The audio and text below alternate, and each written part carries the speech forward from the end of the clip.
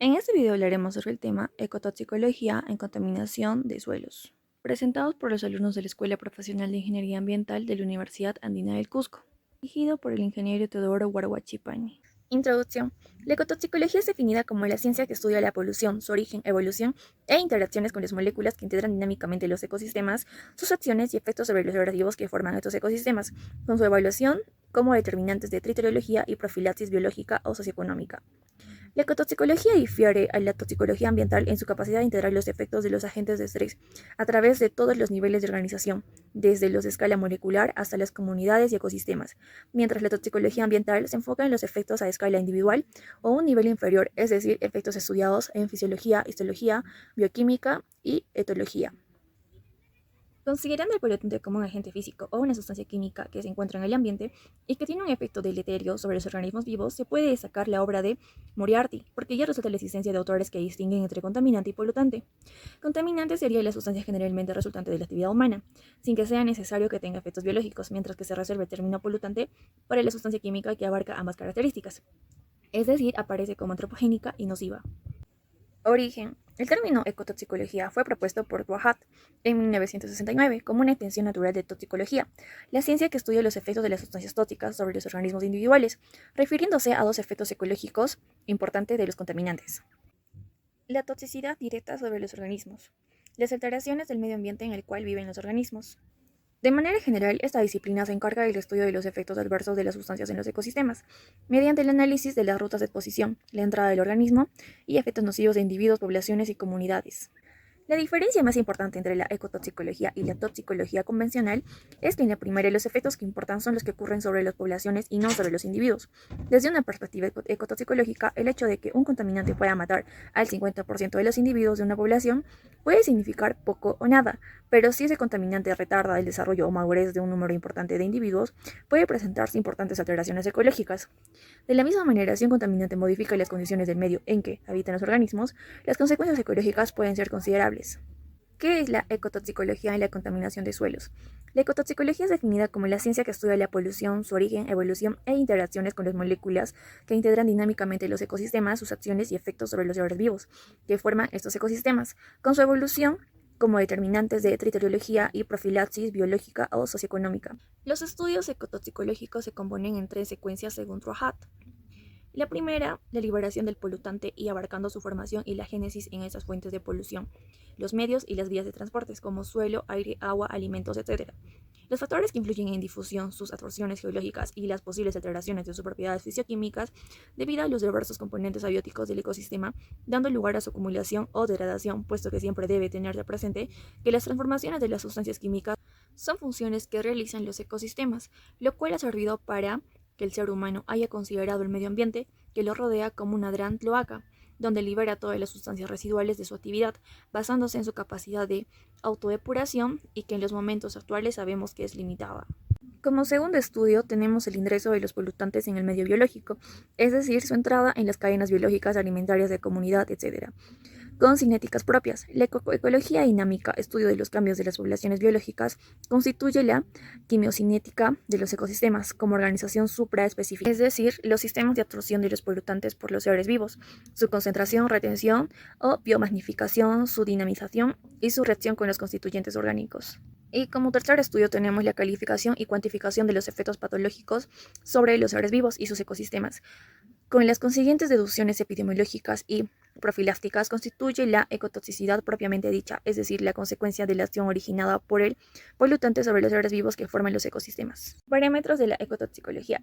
La ecotoxicología también se caracteriza por llevar a cabo un diagnóstico evaluativo que tiende a la predicción y que se fundamenta en tres parámetros. La primera, la determinación de la dosis del ambiente, luego la evaluación de la carga y la predicción del riesgo. De forma habitual, en los estudios de ecotoxicológicos se utilizan bioindicadores que alertan de posibles perturbaciones e indican la situación o la carga de un ecosistema. Su empleo proporciona información rápidamente cuando se utilizan especies muy sensibles, denominadas animales centinela. Principales productos ecotóxicos. Y hablarle de los metales pesados. Que los metales pesados se acumulan en el suelo cambiando el pH que hay en él. También están en los fluidos que hay ahí y por ende las plantas absorben todos esos metales pesados y así poco a poco se va dando la degradación del suelo y toda la vegetación que existe ahí. Plaguicidas. Los plaguicidas ah, hoy en día se utilizan demasiado. Están utilizadas en las cosechas, en las chacras, para prevenir ciertos bichos que atacan a la agricultura, profe. Pero los más peligrosos de estos plaguicidas son los plaguicidas organoclorados y los organofosfatos, porque estos se tienden a acumular mucho tiempo en el suelo, ah, que mientras tú más los uses, más se va quedando en el suelo y poco a poco va a generar una erosión de ese suelo que ya no va a ser apto para la agricultura. También hablarle de los disolventes organoclorados, que tienden a evaporarse con facilidad y tardan mucho en degradarse. Se acumulan más en las plantas y animales, profe. Uno de los principales son el cloroformo, que se degrada de compuestos tóxicos que actúan como disruptores endocrinos. Y también hablarles que entre esos hay otros compuestos que son potencialmente tóxicos, como los inhibidores de llamas halogenadas, que son compuestos organobromados como los bifenilos, polibromados y el decta, octa y pentadifeniléter. Los compuestos organostáticos, como el copolímero, el tribulestaño y óxido de tribulestaño, que se utilizan en la fabricación de pintura para barcos, y también el pentaclorafenol. Pero sus impactos en el ambiente también son nocivos, pero no en gran cantidad. Gracias. Continuaremos con la ecotoxicidad terrestre. Hay factores que intervienen en la ecotoxicidad terrestre, provocando el deterioro del suelo como inadecuados sistemas de utilización, conflictos socioeconómicos, etc. Y este estado y la situación previa del suelo. Otro punto sería la polución y procesos tóxicos en los ecosistemas. Las poblaciones no permanecen siempre constantes en número. Esta sería una afirmación evidente por sí mismas, pero algunas veces tienden a no cumplirse cuando se consideran los impactos ecológicos de los polutantes. Aunque muchos factores pueden afectar al tamaño de la población, sus impactos totales han combinado y estos pueden determinar o se pueden determinar por 4 parámetros, que sería el incremento de inmigración, la tasa de mortalidad, de natalidad y las pérdidas por emigración. Las medidas de estos 4 procesos deben determinar el gran tamaño que sostienen, simplemente un factor entre otros, que pueden influir en uno o varios de los parámetros antes señalados. Ante todo, hablaremos de la capacidad de carga. Y tenemos que decir que cada organismo necesita obtener de su medio ciertas cosas: alimento, luz, refugio, un rango determinado de salinidad, en caso sea de organismos marinos, etc. Se podría elaborar una larga lista de necesidades, pero lo esencial es que hay una cantidad limitada de recursos que puede aportar un ecosistema. Otro punto sería en los mecanismos y efectos de los contaminantes. Esquemáticamente podemos ver cómo se desarrolla el proceso general del mecanismo de acción de los polutantes mediante el siguiente esquema que les mostraremos siguientemente. El mecanismo de acción de los polutantes explica cómo interactúa y afecta al organismo y que va a depender de la naturaleza orgánica, el mecanismo específico y el órgano diana, que es target. Todos esos fenómenos se ven a las interacciones del metabolito con el órgano y que puede afectar específicamente a los receptores biológicos o no específicamente a los líquidos corrosivos. Otro punto a tratar serían los efectos tóxicos, que son locales, porque cuando la lesión tiene un lugar en la zona de contacto, ¿no? Cuando son sistémicos, si es posterior a la absorción y a la distribución afectando a uno o varios órganos. Si es reversible, cuando desaparece el tóxico y su efecto. Si es irreversible, cuando no desaparece el efecto. Y en algunos casos, diferentes concentraciones tienen los distintos efectos. También los inmediatos, se aparece tras su ingestión, que sería el cianuro, los retardados, cuando se manifiesta como un periodo de espera en su acción, y los morfológicos, que son observables en los tejidos, son irreversibles y suelen ser graves. También tenemos a los funcionales, que afectan a la función del órgano y suelen aparecer a dosis bajas. Tenemos a los bioquímicos, a los alérgicos, que estos surgen en contacto previo con células especiales, a los idiosincrasios, que son propios de cada individuo, y a ellos en sí. Otro punto sería la toxicidad selectiva o sensibilidad específica. Este concepto alude a las diferentes respuestas de las distintas células a los agentes químicos. Refleja una capacidad del tóxico para actuar selectivamente sobre las células, en la zona activa del tóxico en la que se une un receptor, ¿no? El fenómeno de toxicidad selectiva exige al menos dos condiciones básicas: la presencia de órganos de Diana Argent que sean susceptibles al tóxico, como en la siguiente tabla les mostramos.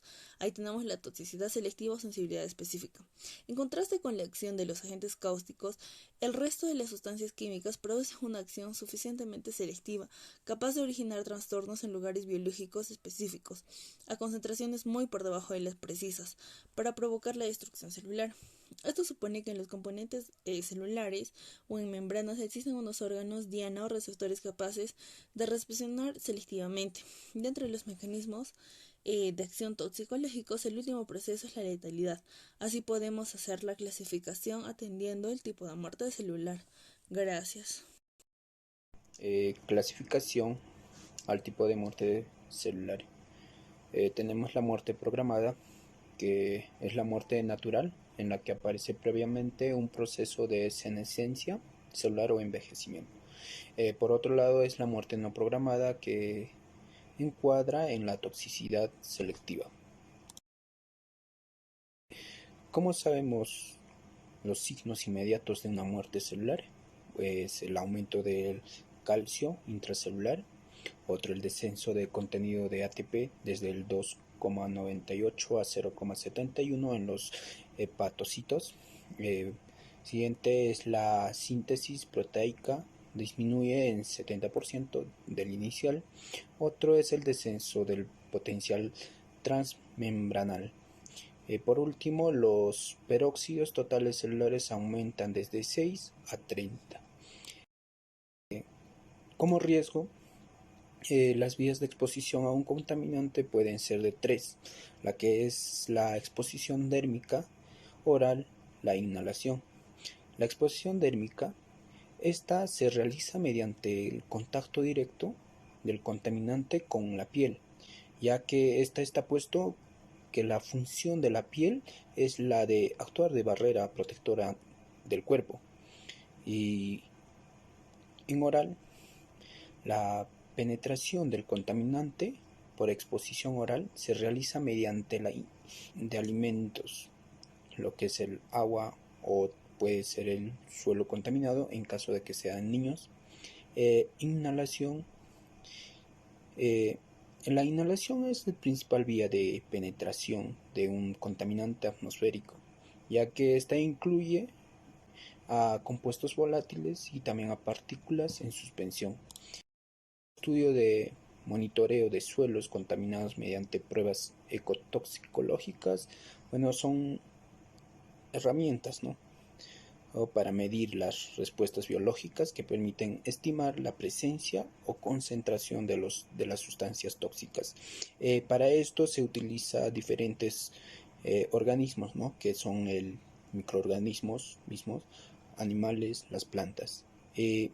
Para todo ello, para que se lleve a cabo, se lleva a cabo dos aplicaciones en las cuales es necesario definir el alcance y la finalidad de las pruebas. Los bioindicadores para este fin se han clasificado de acuerdo a la forma de respuesta a los estímulos. Por otro lado, el grado de sensibilidad que presentan ante los estímulos ambientales, pruebas ecotoxicológicas o bioensayos. Estas pueden realizarse en laboratorio o también en campo. Como primer punto, los organismos son mantenidos en corrales adecuados, sometidos a las condiciones del medio. Por otro lado, estas se reproducen las condiciones ambientales de modo parcial. Y todo ello, las pruebas se realizan en organismos considerando su relación con el organismos superiores o con el base en la relación existente en lo que es la cantidad de sustancias. Tenemos lo que es el bioensayo como con lombrices. Bueno, sabemos que los lombrices son de importancia en la fauna del suelo. Estas constituyen la gran parte de la biomasa animal edáfica en varios ecosistemas, y que estos lombrices desempeñan un papel ecológico primordial debido a su influencia en la descomposición de la materia orgánica, también el desarrollo de la estructura del suelo y el ciclo de los nutrientes. Esto viene a ser la prueba aguda con lombrices, que determina el efecto del compuesto tóxico mediante la concentración letal. Bueno, el compuesto tóxico puede afectar a la lombriz por lo que es ingestión o por contacto a través de la piel. En este bioensayo se colocan lombrices en un recipiente donde se ha aplicado suelo artificial o suelo contaminado. Bueno, esta prueba tiene una duración de 14 días.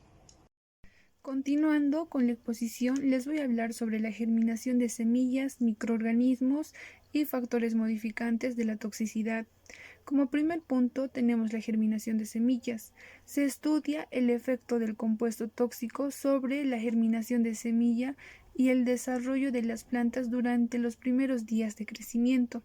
Algunas especies son más sensibles a los compuestos tóxicos que otros, empleándose diversas especies como trigo, cebolla, el cepal y el sorgo.